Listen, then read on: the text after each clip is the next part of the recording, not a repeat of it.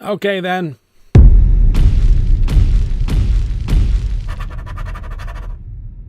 Hello and welcome to Rotted Review of the Day, and today I am taking a look at the 2018 movie Mandy.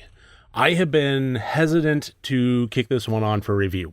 It has been a part of my queue for a little while now, and I've been listening to the buzz, and ultimately that is actually what has caused me to be a bit trepidatious towards this endeavor. Not about watching it, but about reviewing it. In my experience, a movie like this can be extraordinarily polarizing, and it can be difficult to review on a level that I can be objective and honest while still not upsetting 50% of the people that watch it. But regardless, it is time to take the plunge and the risk I must take. So what I wound up finding about this movie is this was very Nicolas Cagey. And he was, in my opinion, the best part of this movie. I will say right up front that I do love Nicolas Cage. However, I will also say that I don't love him for a lot of the reasons that a lot of other people seem to, with the manic, over-the-top performances. Those are enjoyable, but I really think the gold is in his smaller, more toned down and thoughtful roles, such as Adaptation was one of my favorite movies of his. But regardless, him being in this is no detraction of the movie for me. However, this movie employed a very, very unique aesthetic that I can understand why some people love it. I'm just not in that camp. But to get into more detail than that, let's get into the categories. As always, 4 different categories, each one worth up to 25 points for a total possible score of 100 points. And the plot of this one, I gave a 7 out of 25. This followed the characters of Red and Mandy, a couple that live in the woods together in a fairly unique styled house. You get the idea that she is an artist by trade and possibly even designed the house. It definitely has that artistic flair to it. Whereas he is a logger or some sort of woodcutter of some sort. You know, he flies in by helicopter from the remote wilderness and meets her back up at home. And they are beset upon by a group of evangelical, drug-induced, hyper-hippie, crazy people is about the best way I can really explain it. Definitely cultish, violent tendencies. And when she in particular is attacked while he is forced to watch, he then begins a series of terms of enrampagement style revenge tactics.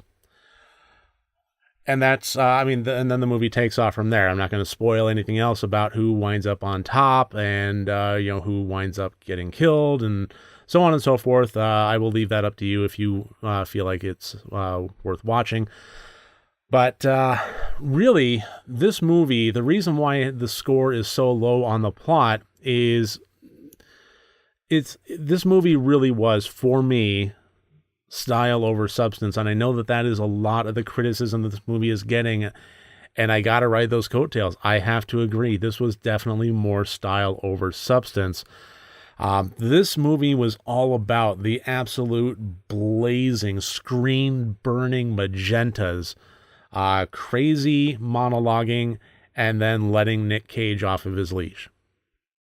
And for me, that is not necessarily a good, well thought out, bulky plot line. Everything about this movie could be described in one sentence, start to finish. And there's just not enough there that I can really judge the written plot on a level that gets it any higher than 7 out of 25 points. The intent, I gave a 9 out of 25, and here's why. Movies, in my opinion, they're all about storytelling. I've said it before in some reviews, they are all about storytelling. It is a visual art form of conveying a story, and that doesn't necessarily mean that unique aesthetic visuals can't be applied. And style over substance although it will affect a written plot score, is not necessarily a bad thing on its own. It is not a bad tool to employ, and the intent is definitely an area where that can have the most significant impact.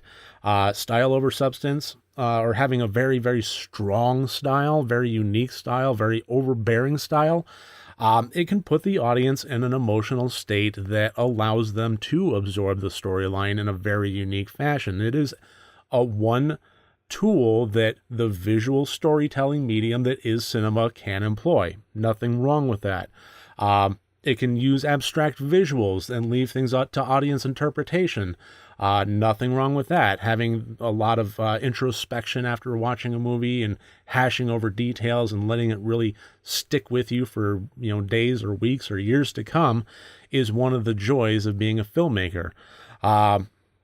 But here's the thing about having such a unique style is you're putting a lot of eggs in one basket, and the name of that basket is, will the audience connect with the style?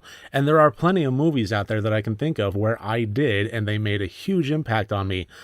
Pi, Eraserhead, Audition, Antichrist, Begotten. Those are all movies that were very heavily styled, and they did hit me, they did resonate with me, and they did lend itself to getting the storyline across in a fashion that went beyond just paint by numbers, here's one scene, here's another scene, telling a story kind of thing. It added that flair to it that brought me into the screen. But with Mandy, the style was not one that I really cared for. It is not one that I connected with, and it is not one that worked for me. The use of magentas and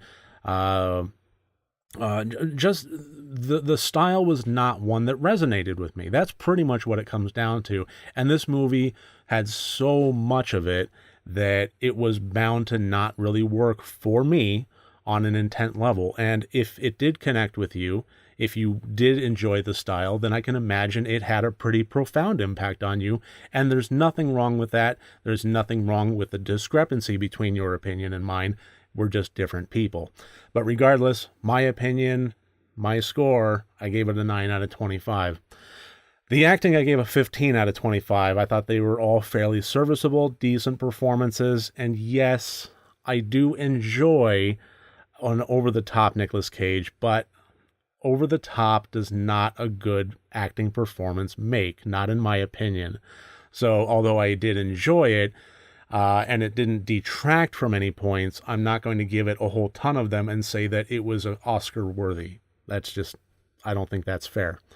And the technical, I gave a 17 out of 25. The blood and the gore effects, and there were plenty of them, were well done.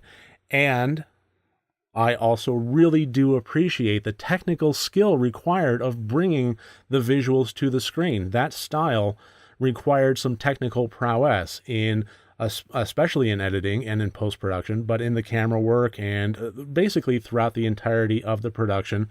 I recognize the talent that was required to bring that to the screen, and I'm not going to be marking it down just because my preference wasn't aligned with it. I feel like that would be redundant and unfair.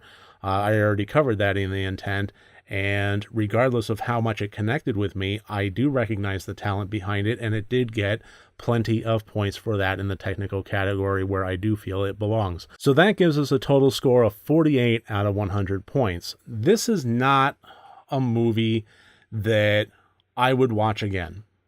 This is not a movie that I really enjoyed a whole lot beyond just watching an off-the-leash Nicolas Cage. And yes, on that level, it was enjoyable. But I'm not going to say that I wouldn't recommend it. I'm not going to say that I fully recommend it. What I'm going to say is this can be very polarizing, and it doesn't really relent from it. Now, what I would recommend is you watch the first 10 or 15 minutes of the movie. And the style that is employed during that time is going to be throughout. So if you find it to be overbearing and unconnected, and the idea of having an unhinged Nicolas Cage later on in the movie is not worth the effort, then maybe it would be worthwhile to stop at that point. But if you don't mind the visuals, or if you find yourself really connecting to this style, then by all means continue, because I think this will be really great for you to watch. I think that you will really love it. If it works for you on that level, then it will work for you hard on that level throughout the entirety of the movie. So that is my recommendation. I would dip my toes in the water and I would recommend it on that level and just see if the temperature is right for you. So that should about do it. That is my review of 2018's Mandy. I really thank you for joining me here today. I look forward to seeing you tomorrow. And remember, next time you want to watch a horror movie, first make sure that it's good and rotted.